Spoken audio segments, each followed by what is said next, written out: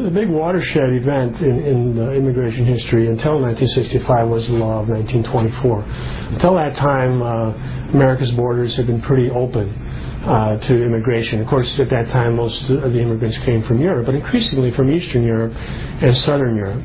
And that was creating a problem, because these people were different from the Western European immigrants who had come before, who were assimilating quite easily. And I don't think there was ever going to be a big problem with Italian immigration or Eastern European non-Jewish immigration. Those people were a little more difficult to assimilate, certainly.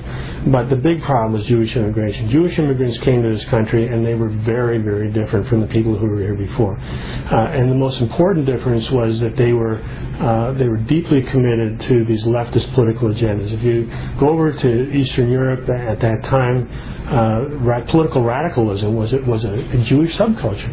A lot of them were intensely Zionist and so on. There was this hotbed because Jews were under extreme pressure in Eastern Europe. Their populations had expanded. A lot of them were impoverished, and their response to this was to become politically radical. So when they came to this country, they were A, poor, but they were B, politically radical. A lot of them were Zionists. They were extremely intense. These were the people who were organizing all these radical leftist movements. They were revolutionary. They supported the Soviet Union. And Americans were just horrified at this. And beginning actually early in the 20th century, there was attempts, and even in the 1890s, to shut down immigration. Jewish activist organizations were at the forefront of keeping it open. And of course, their main interest in those years was to get more Jews over from Eastern Europe. So there was a movement in this country to end this free immigration from Europe or elsewhere.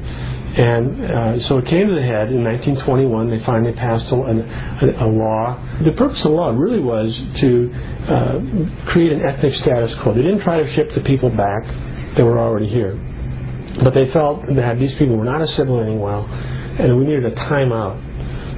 And the whole point was to create an ethnic status quo. So the idea in the 1924 law that finally solidified all this was to retain the ethnic proportions that were in the country as of the 1890 census, and then later as of the 1920 census. So the point was to have an ethnic status quo. So the percentage of each ethnic group in the country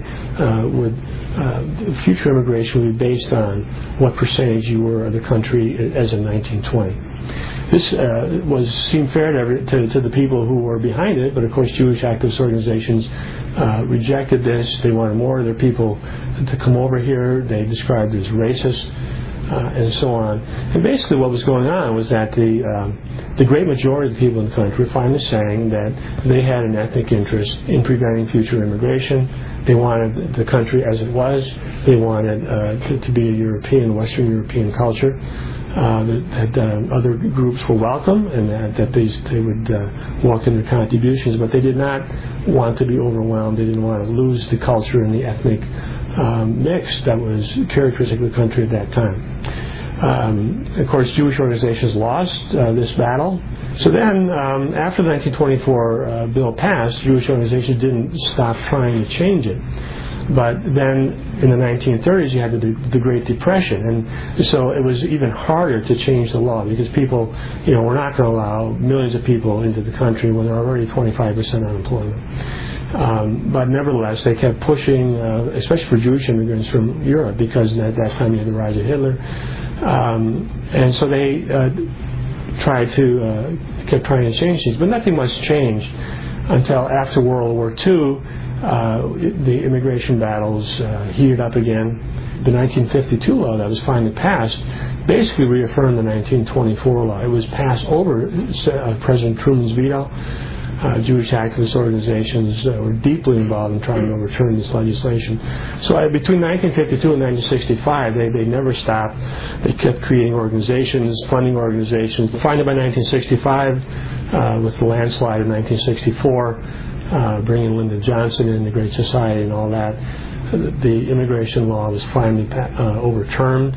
All the ethnic quotas that were built into the 1924 law were overturned as racist, and it was promised at that time that it wouldn't change the ethnic balance of the country, but certainly in the minds of the activists who were behind it, that was just a ruse. They knew darn well that it was going to, that their attempt really was to change the ethnic balance of the country. And after that law was passed, one of the main goals was to simply increase the ceilings on immigration. In other words, to increase the absolute numbers.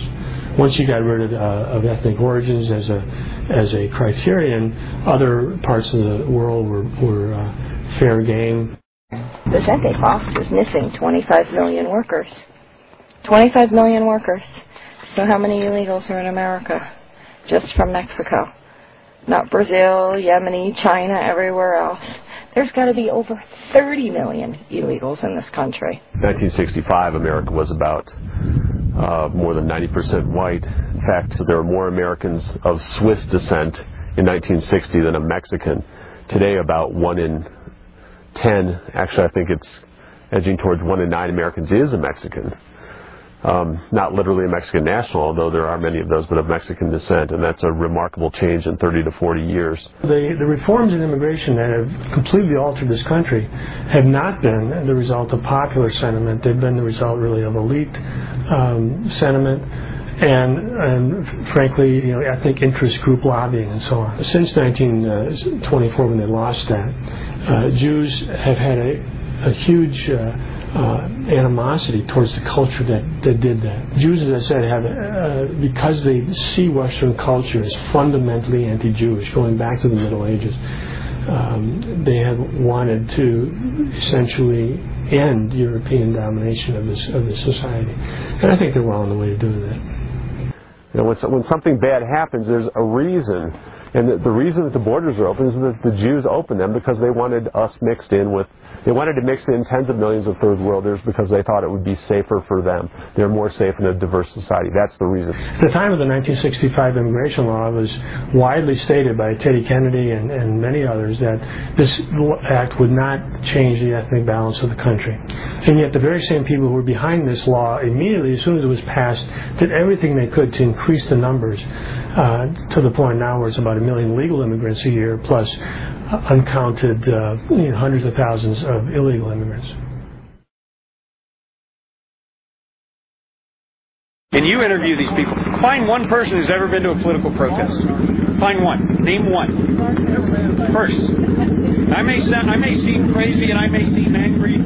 I'm not angry at the economic refugees leaving Mexico. I am angry at my government, and I am fighting mad, and I am standing up, and I am saying something about it, and they damn well better listen. To achieve change, you literally have to get out here and do what we're doing. It's going to cost us money, time, a lot of stress and frustration.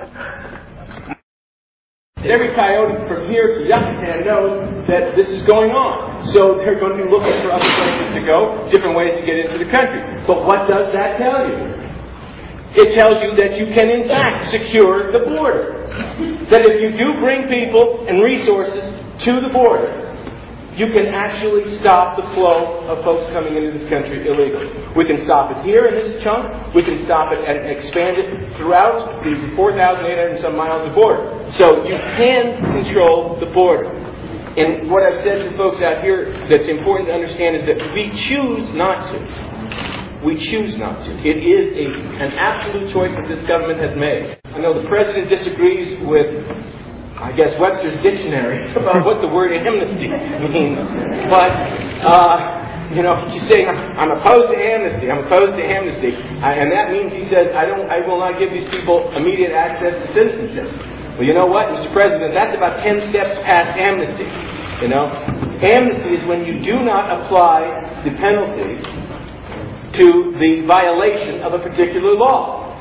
And if you do not, in fact, apply a penalty for people who have come into this country illegally, if you tell them you can stay, here's what you do, you sign up for jobs. Jobs is not a penalty. No. So now there is 11 million undocumented or illegal aliens in this country. At minimum. How do you propose to address their situation if you don't want an amnesty? We did it in the 1980s, the mid-1980s. We went through an amnesty. That was supposed to have solved the whole problem. What did it cause? It caused, of course, huge numbers of people to come in the country. That, along with having countries like Mexico and others turn into countries that actually desire to export their population. Now that's another amazing